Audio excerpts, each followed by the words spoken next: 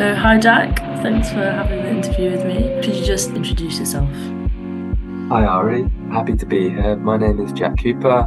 I am a third year liberal arts BA student at the University of Sussex and the founder and director of Postcode Revolution. Could you tell us a little bit about what the Postcode Revolution is and what its objectives are? So the Postcode Revolution has three elements: ideas, outreach and action. Postcode Revolution aims to create a shift in all of these areas. So in terms of ideas, it's looking at our culture, wider paradigmatic way of thinking, and attempting to shift that to something more ecological. Outreach is in the form primarily of a podcast which is coming out soon, which spotlights people, ideas and projects which are happening. And then in terms of action, that's about inspiring and informing people on how to build community where they are. In a nutshell, that is Postcode Revolution. For someone looking to start Postcode Revolution where they are, I recommend firstly fact-finding. This is an essential first step, as a local community may already exist where you live. If it doesn't, I recommend creating an online community space. Thirdly, prepare a flyer. There's a template available on the Postcode Toolkit. Fourthly, knock on doors, sharing your flyer and intentions with your neighbours.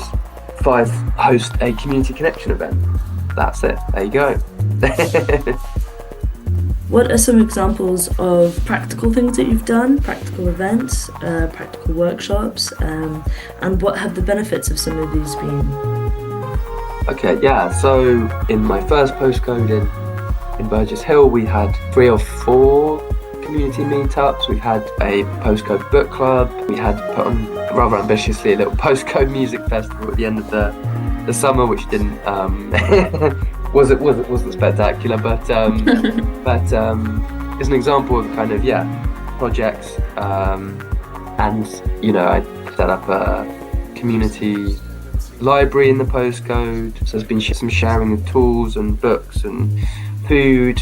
In terms of energy, I organised 5 energy performance certificates for the houses in a kind of form of collective bargaining, which is a small thing, but I think there's much more scope to do bigger things, whether that be clubbing together on insulation, carpooling, clubbing together on solar batteries, solar panels. In terms of kind of climate and risk, then looking at how to create community climate adaptation plans and looking at how the community can be prepared in the eventuality of floods, of heat waves. Resilience is an important part of Postcode Revolution, and in some ways it came out of a sense that by building community where you are, you can also then thus build resilience. Postcode Revolution is also very much about trying to amplify what people are already doing rather than rebrand it and take credit for it, which is what I think a lot of organisations have a bad habit of doing. What Postcode Revolution is in many ways is these 2 wings of transformation and adaptation. It's about adapting to the climate and ecological risks and shocks which are already baked in, and then transformation is about looking at community, nature, energy, how we can transform our ways of living to be more low energy, have more contact with nature and bring more biodiversity in, and also have more connection.